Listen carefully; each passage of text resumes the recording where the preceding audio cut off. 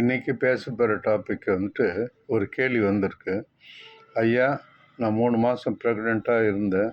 திடீர்னு வந்துட்டு வலி எடுத்து ஆஸ்பத்திரிக்கு போனோடனையும் அந்த கரு வந்துட்டு கர்ப்பப்பையில் வளரலமா, டியூப்பில் வளருது அப்படின்னு சொல்லிட்டு எனக்கு பயங்கரமான வலி, கண்ட்ரோலே பண்ண முடியலன்னு உடனே டாக்டர் அட்மிட் பண்ணி ஒரு சைடு டியூப்பை எடுத்துட்டாங்க.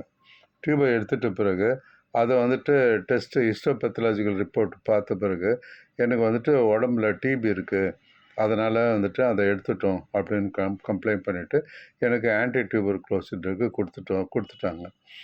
இப்போ எனக்கு என்ன டவுட்னா, எனக்கு குழந்தை பெக்கணும்னு ஆசை இருக்குது. ஒரே ஒரு டியூபு இருக்குது. அந்த ஒரு டியூப்பில் குழந்தை பெக்கலான்னு டாக்டரும் சொல்கிறாங்க.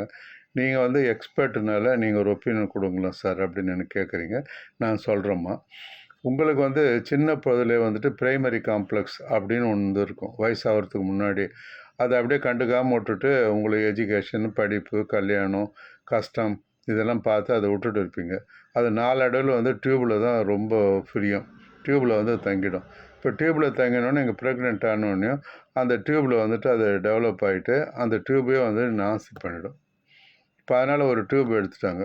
இப்போ நீங்கள் ஏற்கனவே அந்த ஒரு டியூப்பில் பண்ணலாமா அப்படின்னா, அது டெலிவரி பண்ண முடியும்னு எல்லாம் சொன்னால் கூட அது கொஞ்சம் கஷ்டம்தான். ஏன் அப்படின்னா, உங்களுக்கு ஏற்பட்டுக்கிற டிபி சின்ன வயசில் இருக்கிறதுனால உடம்பு ஃபுல்லாக இருக்கும்.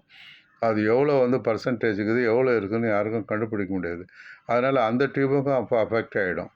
அதனால் அதில் பெறுறது கொஞ்சம் கஷ்டம்தான். அதனால் நாங்கள் என்ன அட்ஜஸ்ட் பண்ணுறோன்னா, ஐவிஎஃப் ட்ரை பண்ணிக்கலாம். ஐவிஎஃப் எப்படி ட்ரை பண்ணலான்னா, டாக்டருங்க ஆன்டினல் செக்கப் பண்ணும்போது இந்த டியூபர்குலோசிஸு, இந்த சுகரு, இந்த பிபி, இந்த ஃபைப்ராய்டு ஸ்கேனெல்லாம் எடுக்கும்போது இந்த டியூபர்குலோசிஸ் மெயினாக கான்சன்ட்ரேட் பண்ணி அவங்க அது முதல்ல ஸ்டார்டிங்கில் ஆன்டி டியூபர்குலோசிஸ் ட்ரக்கு கொடுத்தாங்கன்னா ஓரளவு குழந்தை பிறக்கிற சான்ஸ் இருக்குது.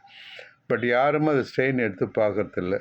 முக்கால்வாசி எப்போ குழந்தை பிறக்கலையோ, குழந்தை அபார்ஷன் ஆகுதோ, குழந்தை பிற லேட் ஆகுதோ, 2 காரணம் தான் மெயினாக இருக்க முடியும். ஒன்று டயபெட்டிஸு, 2வது டியூபர்குலோசிஸ். இது 2யும் ஸ்டார்ட்லேயே கட் பண்ணி வச்சிட்டோமா, டயபெட்டிஸும் குழந்தை பிறக்கும், டிபியும் குழந்தை பிறக்கும், கட்டிக்கு குழந்தையும் பிறக்கும், பிபி பேஷண்ட்டும் போகும், கேன்சர் பேஷண்ட்டும் போக்கும். ஒன்றும் இல்லை. அதனால் ஒன்றும் பிரச்சனை இல்லை, நீங்களும் குழந்தை பார்ப்பீங்க. இப்போ ஐவிஎஃப் ட்ரை பண்ணி பார்த்துட்டு அதை கரெக்டாக டியூபர்குலோசிஸ் ட்ரக்ஸை ஆன்டி டியூபர்குலோசிஸ் ட்ரக்கு ஒரு 8 to 10 மாதம் சாப்பிட்டுட்டு திருப்பி கம்ப்ளீட்டாக அது ப்ரெக்னென்ட் ஆகும்போது பழையபடி நடக்காம ஒரு எண்டோமெட்ரியல் பயாப்சியோ இல்லை ஹிஸ்டியாஸ்கோப் போட்டு உள்ள எண்டோமெட்ரியம் எடுத்தோ இல்லை லேப்ராஸ்கோப் போட்டு கொஞ்சோண்டு அந்த டியூப் மேலே இருக்கிற டிஷ்யூ எடுத்து பார்த்து டியூபர்குலோசிஸ் இல்லை அப்படின்னு சொன்னீங்கன்னா டெஃபினட்டாக உங்களால் கன்சீவ் ஆகுங்க, ஒரு நல்ல ஆம்பளை குழந்தை பிறப்பீங்க. பயப்படாது. டியூபர்குலோசிஸு கம்ப்ளீட்டாக ட்ரீட் பண்ணி நீங்கள் ஹெல்த்தியாக அந்த சமுதாயத்துக்கு வாழணுன்னு தான் நாங்கள் ஆசைப்படுறோம். தவிர அந்த ஒரு டியூப்பில் குழந்தை பிறக்கணும்னு துடிக்காதீங்க. ஃபஸ்ட்டு ஹெல்த்தை நல்லா பண்ணுங்கள், நல்லா சாப்பிடுங்க, நல்லா ஃப்ரூட்ஸ் சாப்பிடுங்க, மனநிலை நல்லா வச்சுங்க.